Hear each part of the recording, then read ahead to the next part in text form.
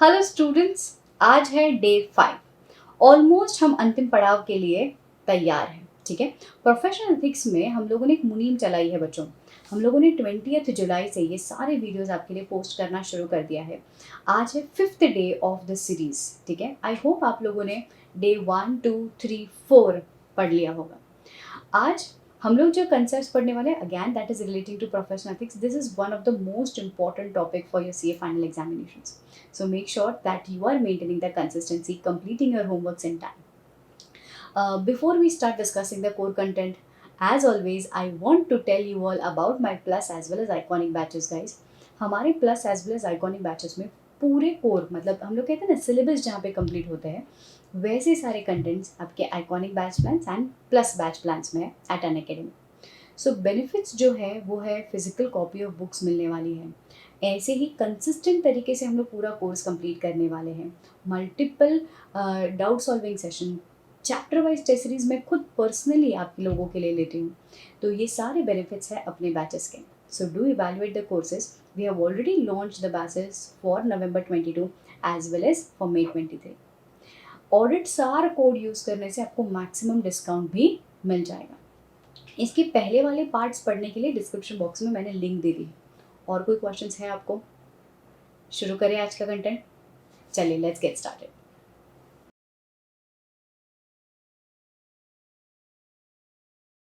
चलिए, ready to start with recommendatory measures.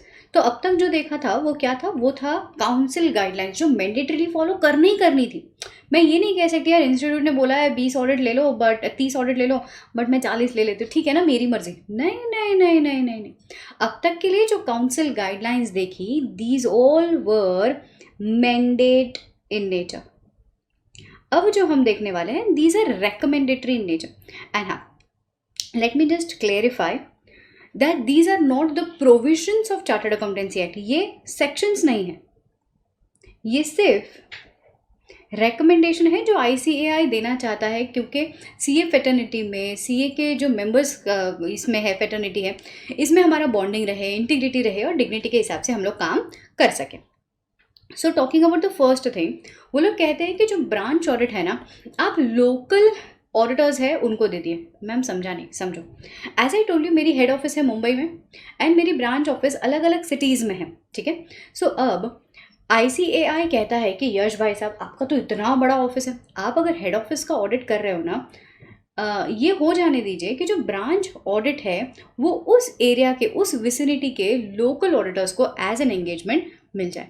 ठीक है, so ma'am that does not mean कि हेड ऑफिस का ऑडिटर कभी भी हेड ऑफिस के अलावा ब्रांच ऑफिस का ऑडिट ना कर सकता है, कर सकता है, बट प्रमोट ऐसा करो कि जो छोटे छोटे से ऑडिटर्स हैं जिनके पास पार्टनर्स के नंबर्स कम है, उनको ब्रांच ऑडिट करने का मौका मिले।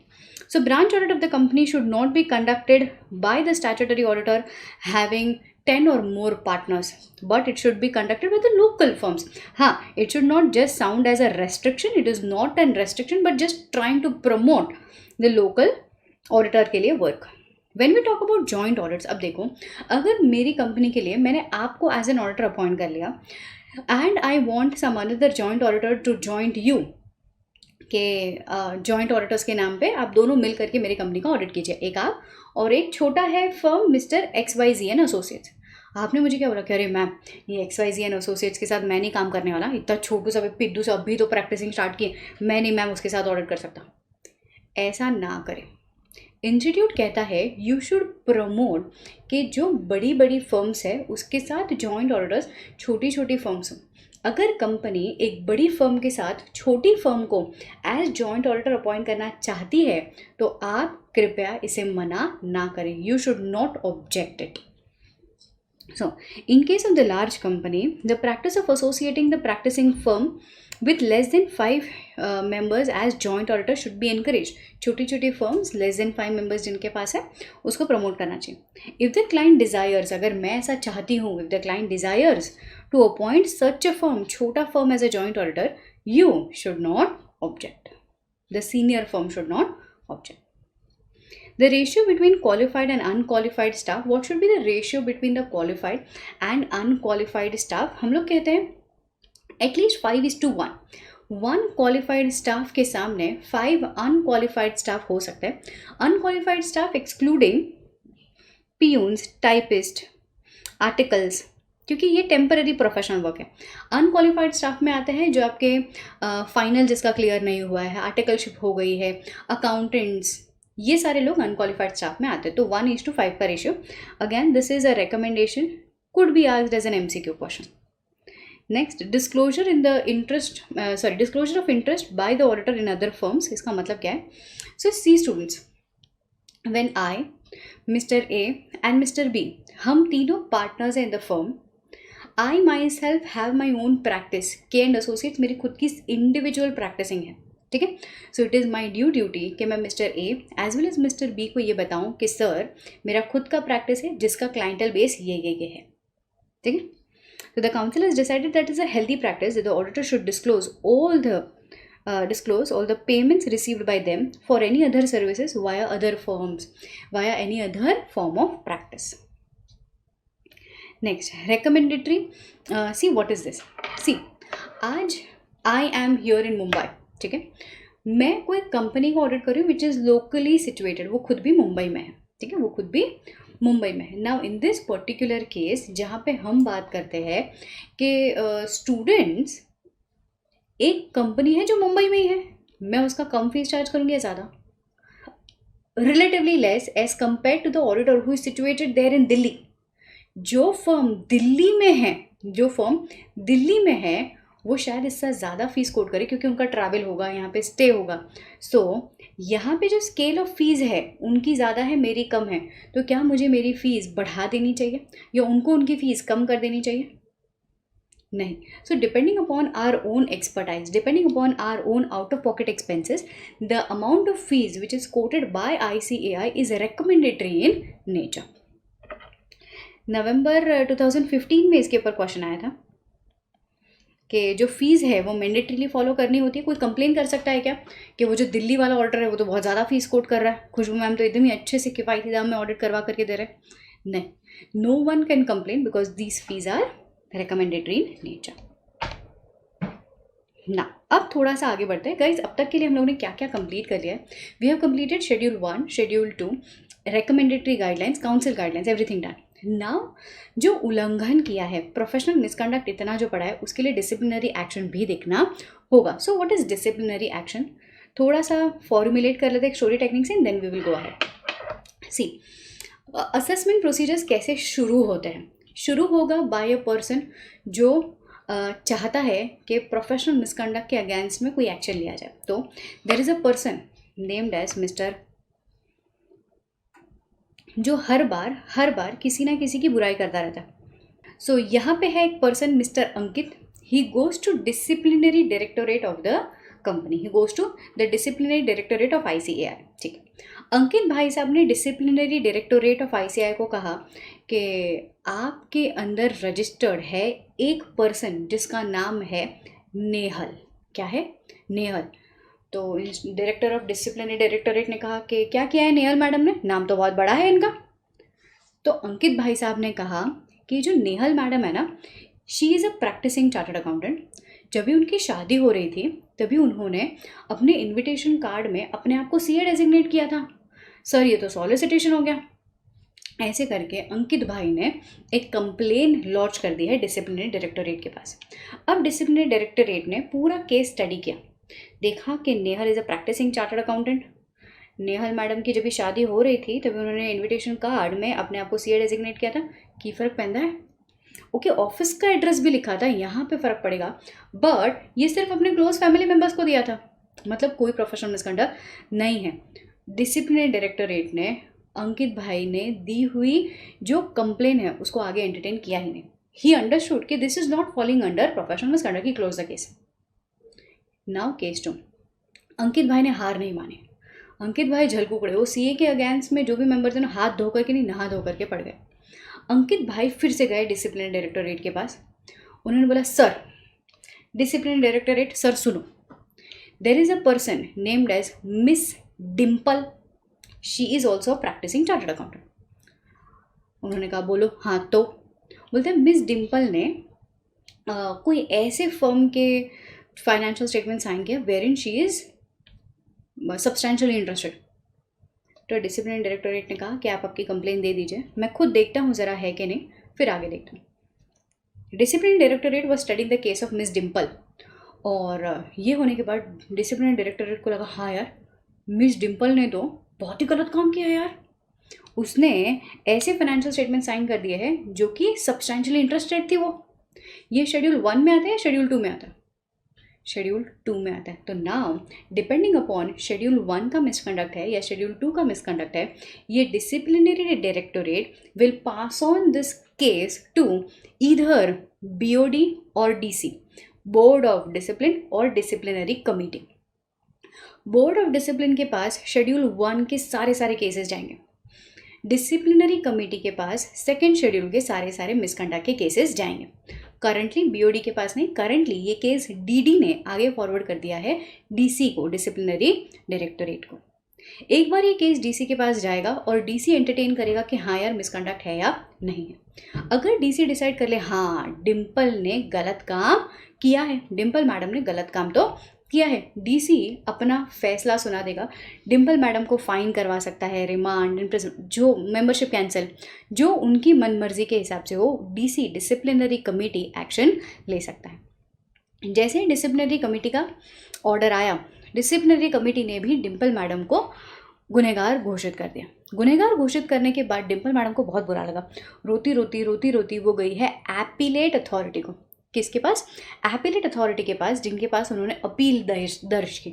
उन्होंने कहा कि सर ये DC ने गलत आंसर दे दिया है, DC ने तो गलत पर्सन, मतलब गलत मेरे अगेंस्ट में यह जाहिर कर दिया ऑर्डर, आप कुछ कीजिए सर। अब एपीलेट अथॉरिटी का मतलब होता है एन अथॉरिटी जो आपकी अपील को सुनेंगे। एंड अपील के अनुसार they can give an order of set aside, modification, remit back the case to either DC or BOD as the case may be, first schedule या second schedule का misconduct है, and then the final action will be taken। ठीक है ma'am, अगर ये first schedule का misconduct होता तो सेम प्रोसीजर होता है, जस्ट DC की जगह पे आ जाती BOD, बोर्ड ऑफ डिसिप्लिन। चलो अब जा करके किताब में पढ़ते हैं। सो डिसिप्लिन डायरेक्टोरेट, इनके पास आएगी कंप्लेंट्स, वो ठानेंगे कि मिसकंडक्ट है या नहीं है। अगर मिसकंडक्ट है, फर्स्ट शेड्यूल का है तो BOD के पास भेज देंगे, सेकंड शेड्यूल का है तो DC के पास भेज देंगे। अगर उन्होंने BOD ने एक्सेप्ट कर लिया है ये क्लेम या रिजेक्ट कर लिया तो क्लोज द मैटर। एक्सेप्ट कर लिया एंड गिल्टी फाइंड हुआ है तो पनिशमेंट दे सकते हैं, रिमांड द मैटर। रिमांड का मतलब होता है डरा धमका करके छोड़ना।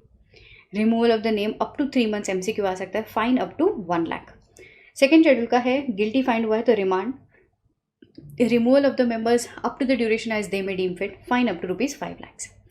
कोई भी अग्रीड पार्टी है, डिम्पल या फिर डिसिप्लिनरी डायरेक्टोरेट, अगर अग्रीड हुआ 90 days के अंदर MCQ में आ सकता है। अपील फाइल कर सकते हैं with appellate authority. Appellate authority क्या करेगा? Confirm, set aside, modify, impose additional, reduce the penalty, remit the case back to BOD DC और pass the order as it may deem fit. Appellate authority is a final fault finding authority. Appellate authority के beyond जा करके अब fault finding का कोई case नहीं लिया जाएगा। ठीक है, so that is the disciplinary mechanism when it comes to the schedules. There are certain recent judgments which are based on the clauses of the parts of the schedules which we have already done. So this is the homework for today. Very important, ये सारा वही चीज़ है जहाँ पे हम लोगों ने बोला था कि वैल्यूअर बन सकता है क्या, जो डायरेक्टर था वो ऑडिटर बन सकता है क्या, तो 2 साल का कूलिंग पीरियड है, जो पर्सन फाइनेंशियल एडवाइजरी दे रहा है म्यूचुअल फंड्स को, क्या ये अलाउ है कि नहीं है। So these are the very general cases. ये जनरल केसेस 20 है इन नेचर। ये आपको आज एक बार जस्ट रीड करना है। This is the homework, just read. अब हम लोग आगे बढ़ने वाले हैं। So what all things have be completed? Schedules हो गया, डिसिप्लिनरी मैकेनिज्म्स हो गया, काउंसिल गाइडलाइंस हो गई, रिकमेंडेटरी गाइडलाइंस हो गई। Now the last thing which is remaining out over here is the provisions of the sections and the introductory matter, जहाँ पे आपको बहुत सारा होमवर्क मिलने वाला है। ठीक है, चलो तो आज इंट्रोडक्टरी मैटर पढ़ लेते हैं।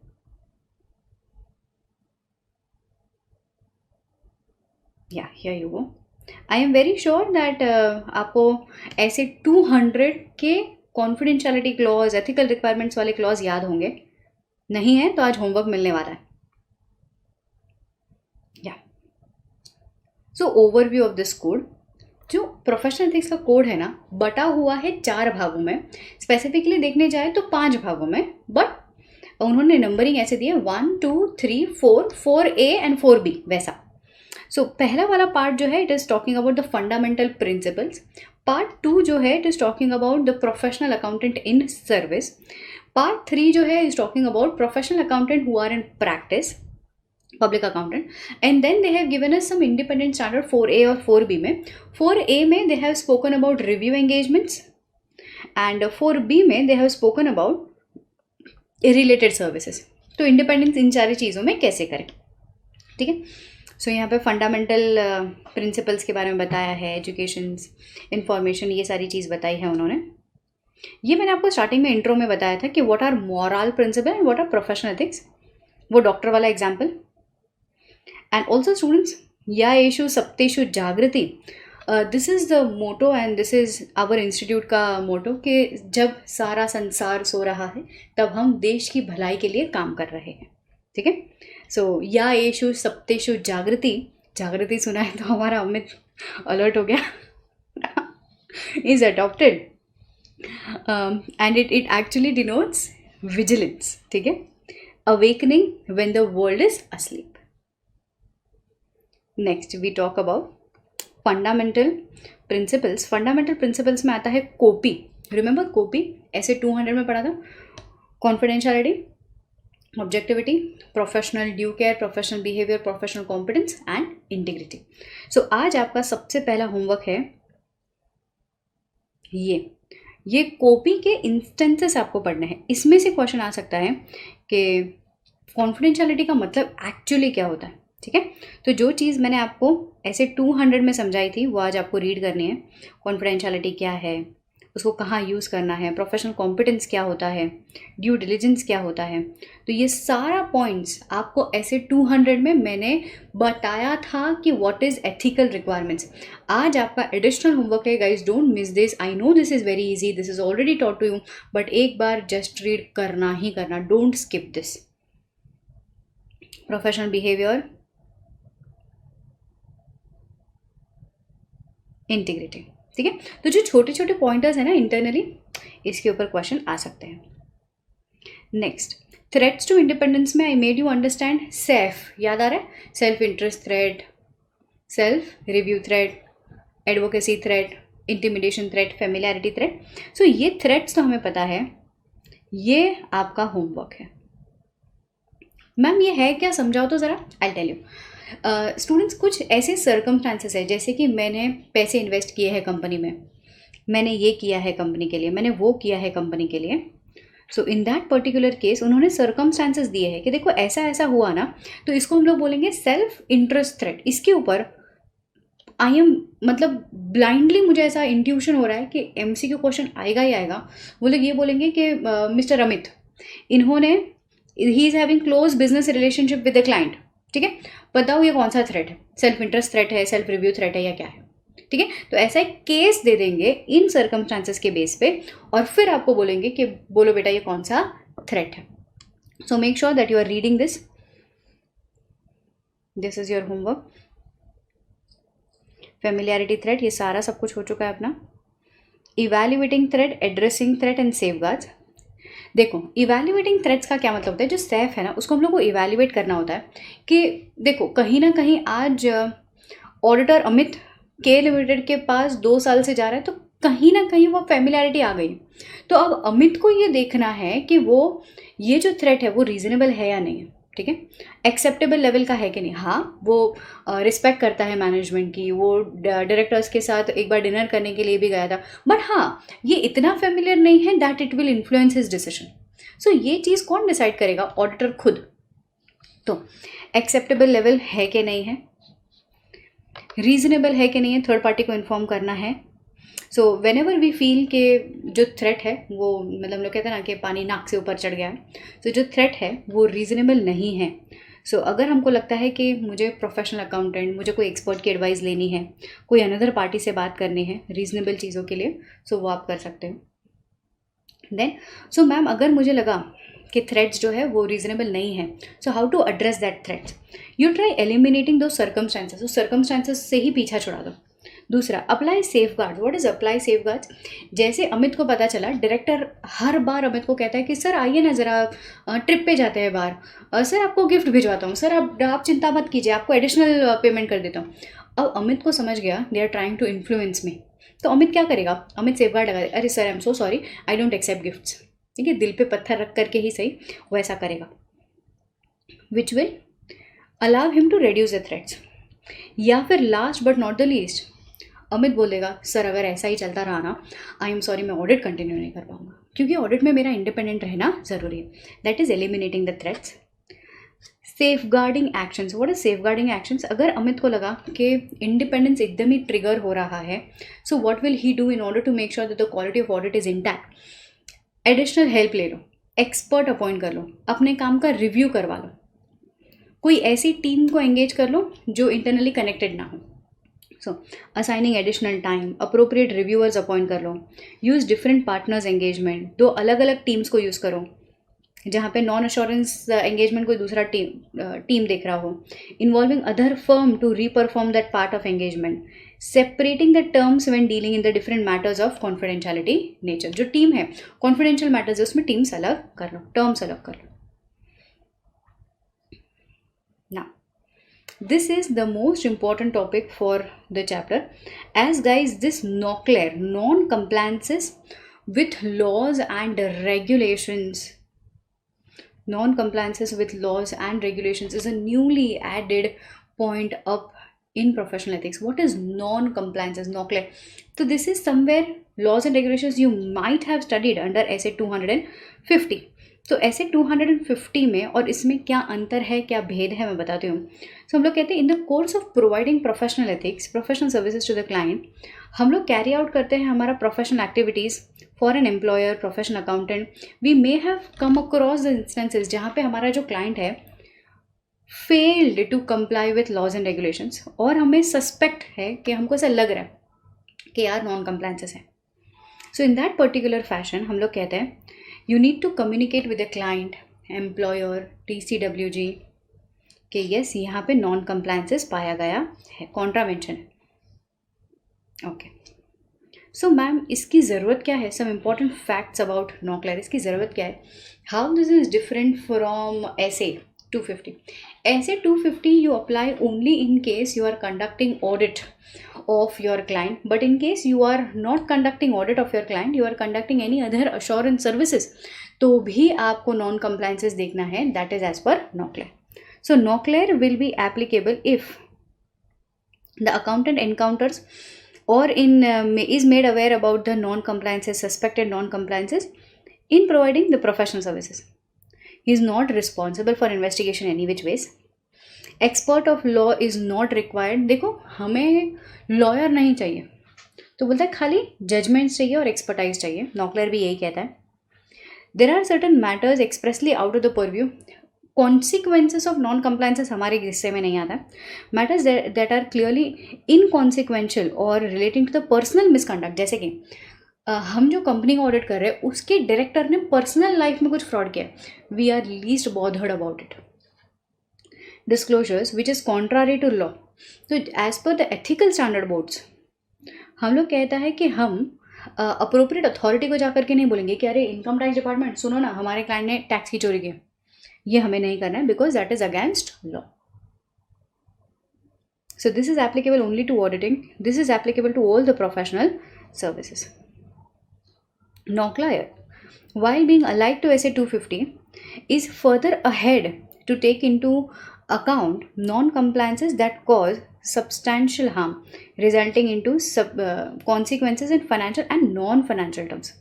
बोलता है हम लोग उन चीज़ों को भी कंसिडर करेंगे जो फाइनेंशियल या नॉन फाइनेंशियल का इम्पैक्ट दे रहे हो। 250 के हिसाब से ऑडिटर की रिस्पॉन्सिबिलिटी सिर्फ उतनी होती है जहाँ पे non compliances has an effect on financial statements, has an effect on financial statements. NOCLAR is related to the affect of non compliances on investors, सब जगह पे investors, creditors, debtors, stakeholders at large, in public at large.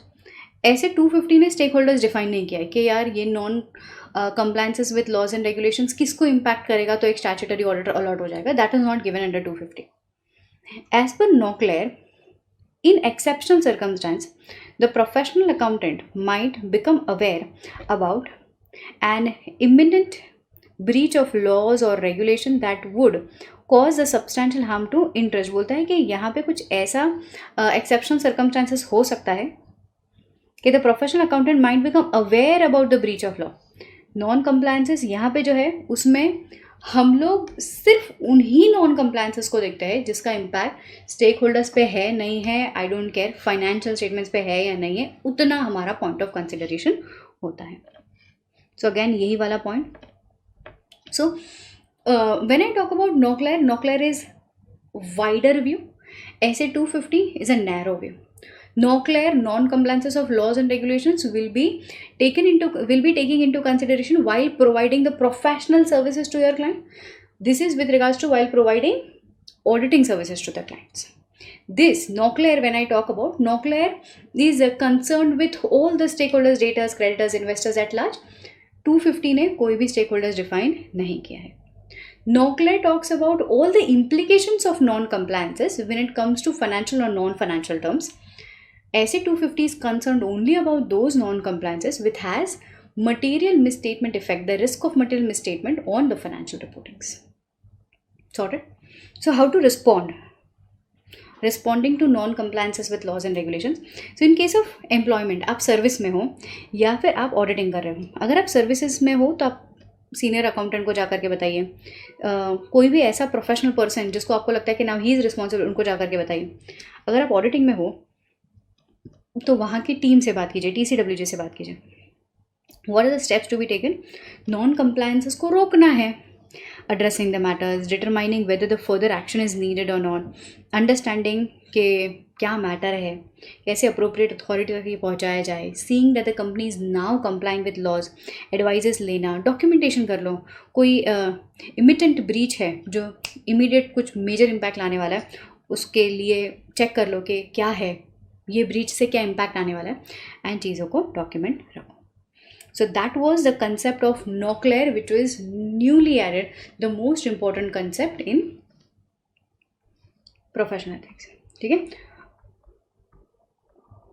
Internationally भी ये Noclair applicable है, but currently आप इतना ही पढ़ लो examination point of view. You may, in case if at all you are just doing the further studies, you may also find the international standards, international requirements of Noclair। ठीक है, चलो। सो आपके syllabus में वो है नहीं, सिर्फ यही वाला पॉइंट है। यहाँ पे इंट्रोडक्शन खत्म होता है। Now we start with some important provisions of chartered accountancy act. सबसे पहला provision of chartered accountancy act talks about members deemed to be in practice. मतलब क्या है? Say for example, Mr. A, he is not holding COP, but he is rendering some services जो accountant की है, जो सिर्फ और सिर्फ एक प्रोफेशनल दे सकता है, तो हम लोग बोलेंगे madam sir you are deem to be in practice. So ma'am क्या क्या है ये? A member shall deem to be in practice if he for remuneration engages in practice of accountants, performs services involving quality और verifications of financial transactions, render professional services और about matters of principle relating to the accounting procedures, rendering such other services as in the opinion of council are only rendered by PCAs, practicing chartered accountants। Ma'am management consultancy services में क्या आता है? एक minute रुको। Do you remember that corporate form of practice exclusively dealing only in management consultancy? या सो ये वही वाला पॉइंट है स्टूडेंट्स। मैनेजमेंट कंसल्टेंसी एक्सक्लूसिवली अगर आप financial management planning, cost cutting, cost optimisation, energy audit, operation audit, management audit, internal audit, budgets, inventory management, price fixation, acting as a valuer, registered valuer, corporate planning, development, product growth, project planning, system, EDPs, acting as advisers, consultants, देखो quality audit, acting as recovery consultant, not acting as consultant agents, okay. Consultant तो चलेगा but agents नहीं चलेगा।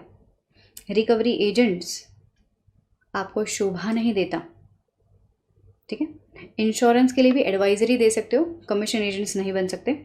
You can act as insolvency professional, वो चलेगा। Administrative services दे सकते हो, GST का काम करके दे सकते हो, मंथली रिटर्न्स फाइल कर सकते हो, रिटर्न्स एनुअल रिटर्न्स फाइल कर सकते हो, जीएसटी पे कर सकते हो, filing an application, E way bill, ये सब कुछ कर सकते हैं, ठीक है। सो अगर आपने ये सारा काम किया है, you will be deemed to be in practice. कौन कहता है ऐसा?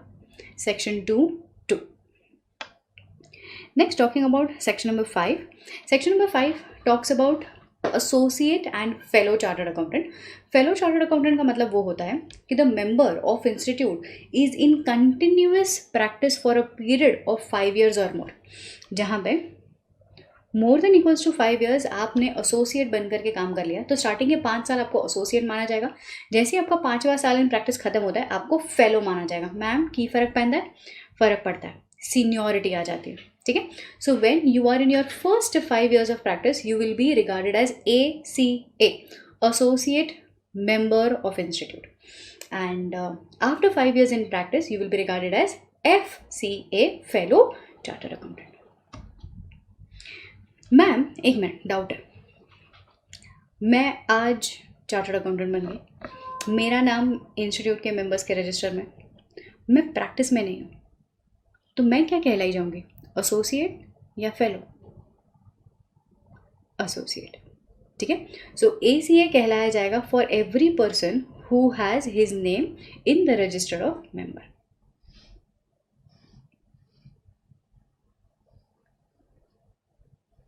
अ member continues in practice for 5 years, और इनके पास कोई ऐसी डिग्री है which is equivalent to the member in practice for 5 years, तो उसको भी FCA कहेंगे। यूजुअली यही होता है बच्चों, ऐसी कोई डिग्री जैसा कोई फंडा अब तक अक्वायर नहीं हुआ है। ये उन ज़माने की बात है जहाँ पे न्यू चार्टर्ड अकाउंटेंट्स बनते थे। Next is certificate of practice. See, no chartered accountant can practice without a proper certificate of practice. So you should hold a certificate of practice. CA की capacity में ही आप COP hold कर सकते हो। अगर आप CA नहीं हो तो आप COP भी खो दोगे। मैम ऐसे कैसे CA नहीं है? डिसिप्लिनरी एक्शन किया ना तो काउंसिल आपके खिलाफ गाइडलाइंस ले लेगा कि मेंबरशिप कैंसिल करो रे। तो एक बार मेंबरशिप गया तो COP भी चला जाएगा, ठीक है। सो ग्राउंड्स ऑफ कैंसिलेशन क्यों चला जाएगा? The name of the holder is remove from the register, council is satisfied after opportunity of being heard कि यार आपने मिसलीडिंग इन्फॉर्मेशन दिया है for taking up COP, members has cease to practice, अब practice ही नहीं कर रहे हो अभी, या मेंबर ने 30th September for that relevant year fees नहीं भरी है, ठीक है। And here the relevant year means the calendar year, ठीक है, the calendar year Jan to December। सो अगर 30th September तक फीस नहीं भरी है, एंड ये एक्चुअली होता है, आपका नाम कैंसिल कर दिया जाता है, फिर इंस्टीट्यूट फ़ोन करता है कि मैडम आपने फ़ीस नहीं भरी है, तो कोई चार्टर्ड अकाउंटेंट भूल भी जाते हैं, फिर फॉर्म नंबर 9 फिल करते हैं रिस्टोरेशन का। ऐसे मुझे मत देखो। चलो, COP कैन बी कैंसिल्ड। अब रिस्टोरेशन कैसा होगा? अगर आपकी फ़ीस के माध्यम से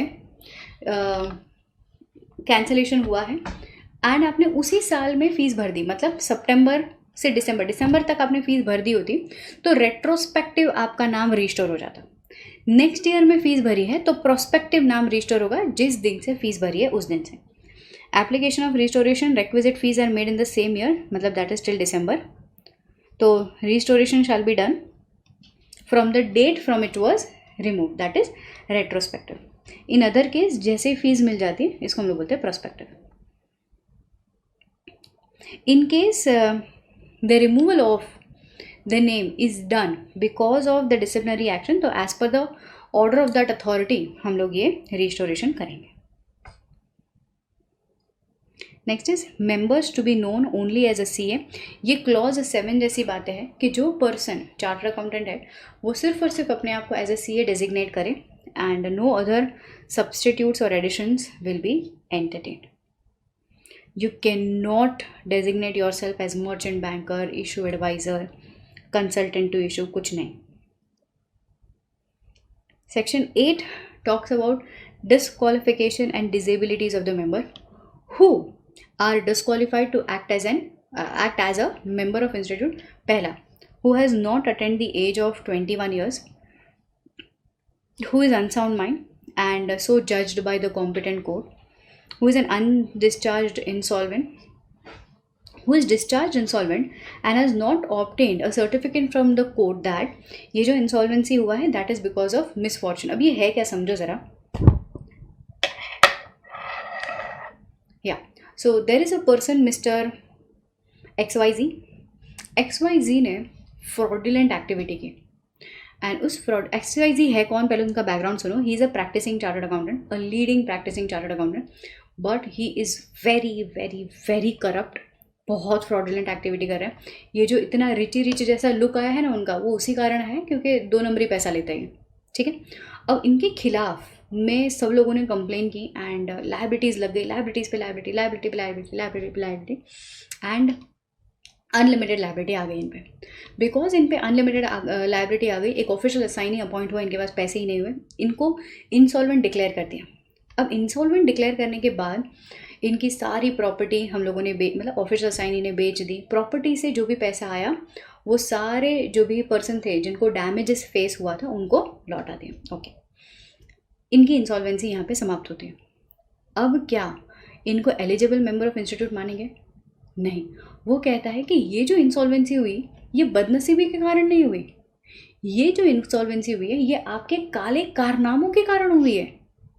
यहाँ पे आपको even if you have discharged your liability आपको मेंबर नहीं कहलाया जाएगा. मतलब क्या, एक डिस्चार्ज्ड इंसॉल्वेंट तभी ही मेंबर फिर से रिस्टोर बन सकता है if he has taken from the court a certificate स्टेटिंग कि यार ये जो भी सब कुछ हुआ ये बदनसीबी के कारण हुआ, मैं दिल का बहुत ही साफ हूँ.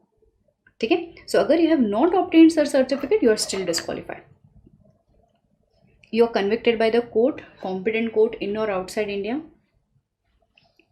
Your name is removed from the membership because of some professional misconduct. So all these 6 circumstances make a person disqualified to act as the member of institute.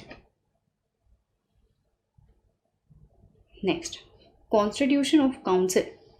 ये जो काउंसिल हम लोग कहते हैं ना कि काउंसिल की गाइडलाइंस, काउंसिल ये करेगा, काउंसिल वो करेगा. अब ये काउंसिल में कितने लोग हैं? कॉन्स्टिट्यूशन ऑफ काउंसिल कहता है there are 40 members all in all. So maximum 32 plus 8 nominated by CG. तो 32 members are nominated by member. आपने इलेक्शंस देखे होंगे, ICAI के इलेक्शंस होते हैं. अभी जस्ट लास्ट दिसंबर में ही इलेक्शंस हुए.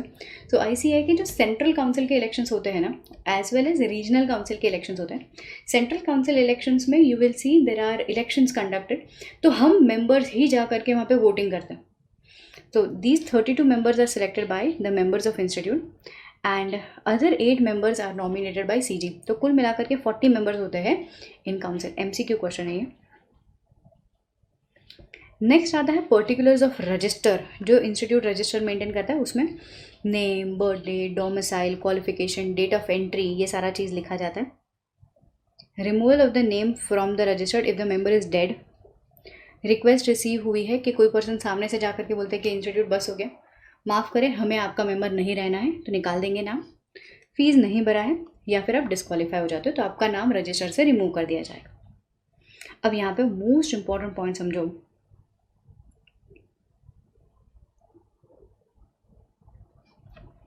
जिनका नाम इंस्टीट्यूट के रजिस्टर से निकाल दिया है, आप ही का एग्जाम्पल ले लेते हैं.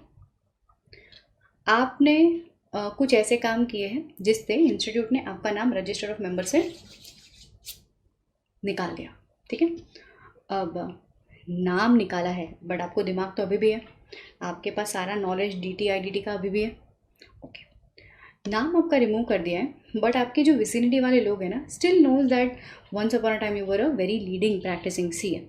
सो one client came to you and आपको कहा कि सर आप एक काम करो ना, मेरा ना इनकम टैक्स में केस फंसा हुआ है, प्लीज़ आप ज़रा रिप्रेजेंट कर दो ना. आपने बोला ठीक है, मैं CA नहीं हूँ बट इंडिविजुअल कैपेसिटी में भी ये काम कर ही सकता हूँ, acting as legal representative of any person.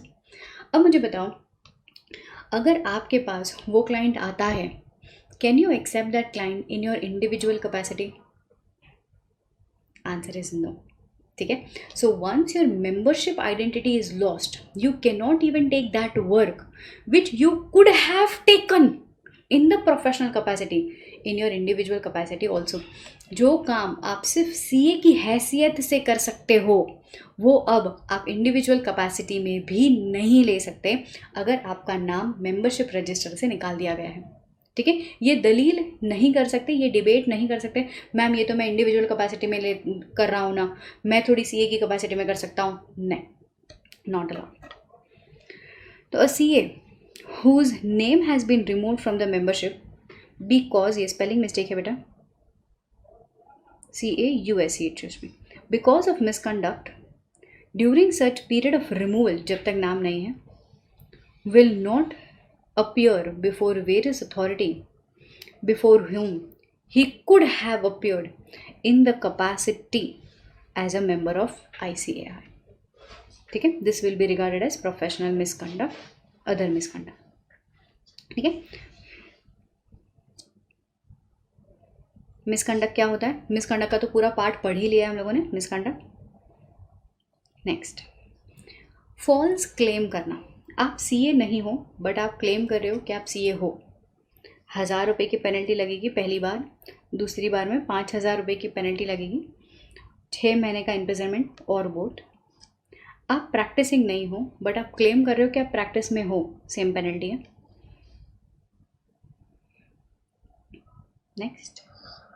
Next section talks about company shall not practice as a CA. ये हम लोगों ने ऑलरेडी पढ़ा कि गाइज लिसन, आप never you can form auditing के लिए अ कंपनी के माध्यम से आप अश्योरेंस एंगेजमेंट नहीं दोगे.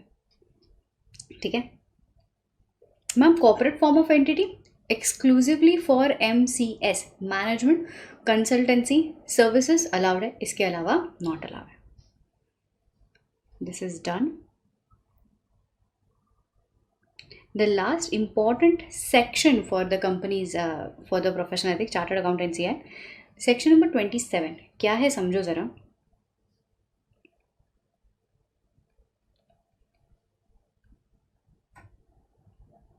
ब्रांच ऑफिस के बारे में बात करते हैं. सेपरेट ऑफिस समझो. I have one office in Mumbai. I have another office in Gujarat. ठीक है.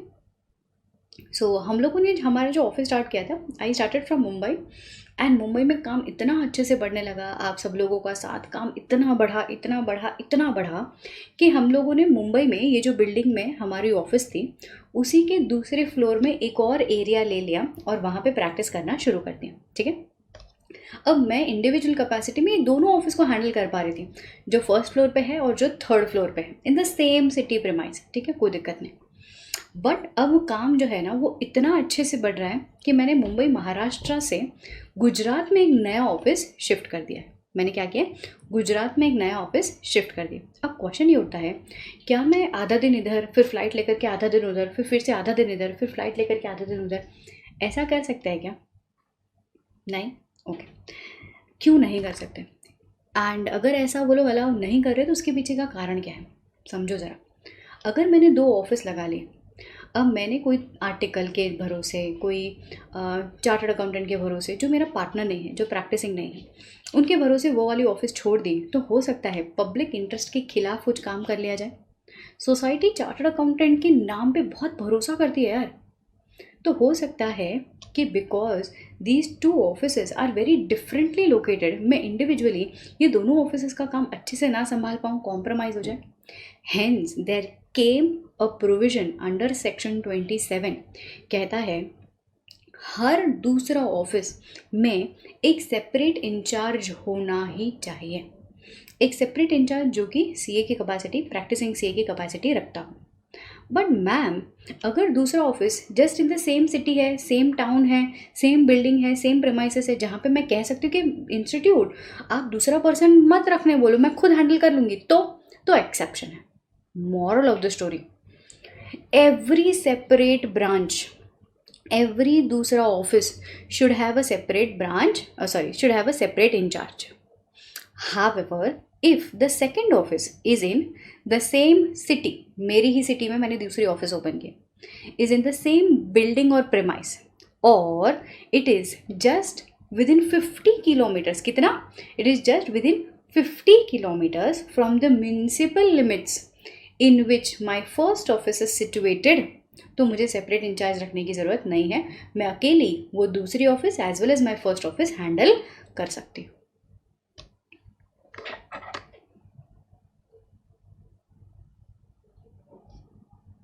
So, if a PCA has more than one office, then each office should have a separate in charge. Has to be a CA who is in the capacity of practice employee. ठीक है, employment या फिर practice में है with such office. And जो दूसरा person है active association में, वो at least more than equals to 182 days वो एक्टिवली पार्टिसिपेट करे इन दैट ऑफिस. मतलब जो सेपरेट इंचार्ज रखा है हम लोगों ने, मिस्टर पिंकल, ये पिंकल भाई साहब को हम लोगों ने सेपरेट ऑफिसर के नाम पे हायर किया है.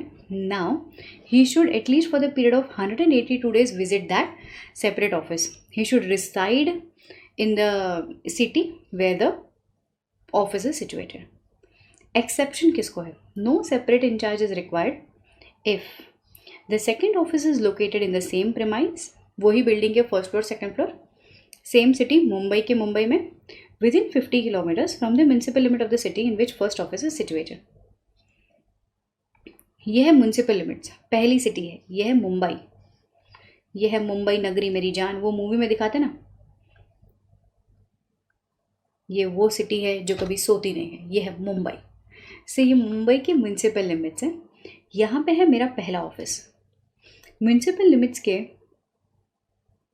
50 किलोमीटर के अंदर अंदर जो दूसरी सिटी है ना, ये दूसरी सिटी में मेरा ऑफिस है यहाँ पे, दूसरा ऑफिस है यहाँ. बोलो इसके लिए मुझे सेपरेट इंचार्ज की ज़रूरत है? नहीं. बट मैम अगर यहाँ पे 50 किलोमीटर ख़त्म हो जाता है, आपकी दूसरी ऑफिस यहाँ पे है, beyond 50 kilometers from the municipal limits in which the first office is situated, तो इसके लिए मुझे सेपरेट इंचार्ज रखना पड़ेगा. सेपरेट इंचार्ज कौन हो सकता है ma'am? Has to be a CA in the capacity of employee और पार्टनर. मैम हम लोगों ने सेपरेट इंचार्ज रख तो दिया, बट ये सेपरेट इंचार्ज ना वो ऑफिस विजिट करता है, ना कुछ, नेम से खाली पेपर वर्क कर लिया तो चलेगा? नहीं नहीं नहीं नहीं, ये पर्सन का एक्टिव एसोसिएशन होना चाहिए. मतलब more than equals to 182 days उसको ये ऑफिस विजिट करना है, या उसको इस एरिया में रहना है in which that new branch new office is located. इसको हम लोग कहेंगे एक्टिव एसोसिएशन. मैम अगर ऐसा नहीं हुआ तो ये सेक्शन 27 का उल्लंघन है और आप पे पेनल्टी लागू होगी. ये था सेकंड ऑफिस का क्राइटेरिया. अब समझो हुआ क्या. ये है बिल्डिंग के फर्स्ट फ्लोर पे हम लोगों ने लगाई फर्स्ट ऑफिस. बिल्डिंग के सेकंड फ्लोर पे हम लोगों ने लगाई सेकंड ऑफिस. अब रुको, सेम प्रीमाइस में सेकंड ऑफिस एग्जम्प्टेड. ओके, ये दोनों ही मैंने संभाल ली. नाउ अगेन हमारे टीम वर्क से, टीम के सपोर्ट से, खूब मेहनत से, आप सभी लोगों के प्यार साथ सहकार से हम लोगों ने फोर्थ फ्लोर पे लगाई हमारी थर्ड ऑफिस. अब क्वेश्चन ये उठता है, इसके लिए क्या मुझे एक सेपरेट इंचार्ज की रिक्वायरमेंट है या मैं खुद इसे हैंडल कर रहा हूँ? सेपरेट इंचार्ज की ज़रूरत है. क्यों? क्योंकि लीगल प्रोसीजर्स कहते हैं exemption is for second office. Exemption is for second office. Third office के लिए भले वो सेम बिल्डिंग या प्रेमाइस में है, एक्सेप्शन नहीं है. ठीक है, चलो so just note this down. Such exemption is only available for second office and not for third office or any more office, even though it is located in the same premise. Also, students, when the office is situated in hilly areas, मतलब क्या है समझो, अगर हमारा office is situated in some snow areas, winter में वहाँ पे बहुत बहुत स्नो हो जाता है, हमको भी पता है कि वहाँ पे करस्पॉन्डेंस नहीं होता, वहाँ पे बिकॉज स्नो रोड ब्लॉक्स बहुत हो जाते हैं. जैसे ही स्नो बोलते हैं ना, वो बैकग्राउंड में म्यूज़िक चलने लगता है, ये इश्क हाय, ऐसा समझ लो, मतलब ऐसे एरिया में हमारा ऑफिस है. सो इन दैट हिली एरियाज़ में अगर हमारा ऑफिस है, तो क्या हम टेम्पररीली हमारा ऑफिस कहीं एक जगह से दूसरे ऑफिस शिफ्ट कर सकते हैं? यस, कर सकते हैं. ये टेम्पररी कितना शिफ्ट कर सकते हैं? 3 महीना मैक्सिमम. खाली विंटर पीरियड के लिए इंस्टीट्यूट ने हमें कहा कि आप हिली एरिया से प्लेटू एरिया में अपनी ऑफिस शिफ्ट कर लो, बट कुछ कंडीशंस हैं. क्या कंडीशंस है? ये ऑफिस बंद नहीं होना चाहिए, ये ऑफिस के एड्रेस के आगे बाकायदा एक बोर्ड लिखना चाहिए, name should be displayed on the temporary office. In winter maximum 3 months. Temporary office should not be mentioned as a place of business. Regular office should not be closed. Correspondence चालू होना चाहिए. ICAI को inform करना चाहिए कि ICAI हमारा office ये हिली एरिया में है, but because of climatic condition हमने ये टेम्पररी ऑफिस शिफ्ट किया है to a plateau plain region. समझे? ओके, चलो. There is no bar to put up a name board by the members of institute. अभी यहाँ पे देखो, देर इज़ नो बार का मतलब क्या? आज ये है हमारा ऑफिस, ऑफिस के आगे क्या हम हमारा नेम बोर्ड लगा सकते हैं कि this is K&Associates chartered accountants? Absolutely yes, why not. Point number 2, मेरा जो घर है उस घर में जो नेम प्लेट्स लगी जाती है, नीचे बोर्ड्स लगते हैं, नेम प्लेट्स नहीं, नीचे जो बोर्ड लगता है फर्स्ट फ्लोर पे, फर्स्ट सेकंड फ्लोर पे तो चलो पोडियम पार्किंग है, थर्ड फ्लोर पे ये लोग रहते हैं, फोर्थ फ्लोर पे ये लोग रहते हैं, फिफ्थ फ्लोर पे ये लोग रहते हैं, वहाँ पे जहाँ पे 8th फ्लोर पे मेरा नाम आया, क्या उस नाम पे मैं मेरा नाम एज CA मेंशन कर सकती हूँ? घर मेरे नाम पे है नहीं है, वो बात की बात है. अगर है तो बताओ, CA लिखो अपने आप को. हाँ जी, हम अपने आप को डेजिग्नेट कर सकते हैं एज ए CA, बट मैं घर पे मेरे ऑफिशियल बोर्ड्स नहीं लगा सकती. अगर लगाया तो ये प्रोफेशनल मिसकंडक्ट होगा. ठीक है? So however displaying the name of the firm is not allowed. So you can absolutely put a name board कि yes you are the member of institute, you are CA so and so, चलेगा, but you can not put yourself as a partner of फलाना फलाना firm, ये नहीं लिख सकते.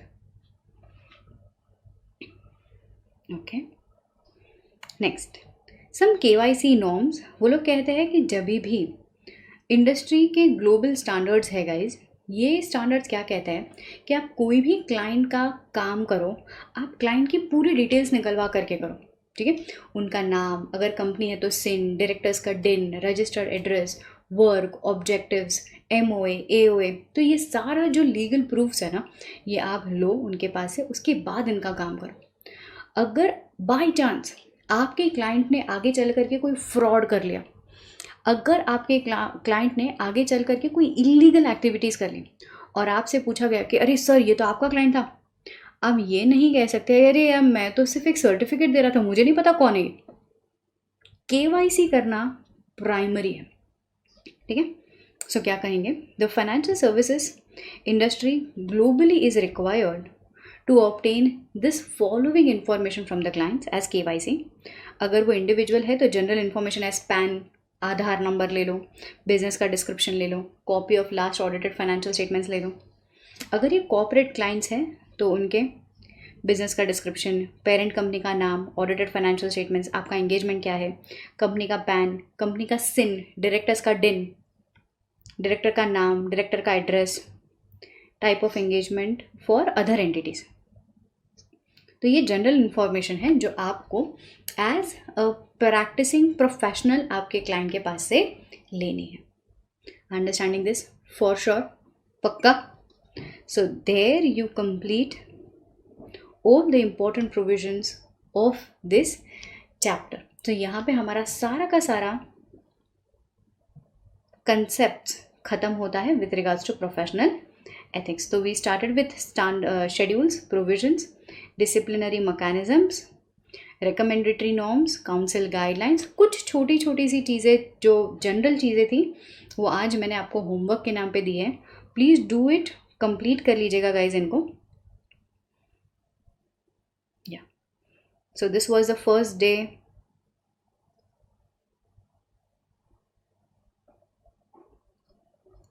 जहाँ पे हमने आपसे कहा था कि 4 भागों में इस चैप्टर को डिवाइड किया है. So schedules, disciplinary mechanisms, provisions and miscellaneous में जहाँ पे हम लोगों ने रिकमेंडेटरी और काउंसिल गाइडलाइंस नॉर्म्स पढ़े. कुछ इंट्रोडक्टरी मैटर्स हैं जो आज आपके लिए होमवर्क में. ठीक है. सो this is the happy ending of this particular chapter.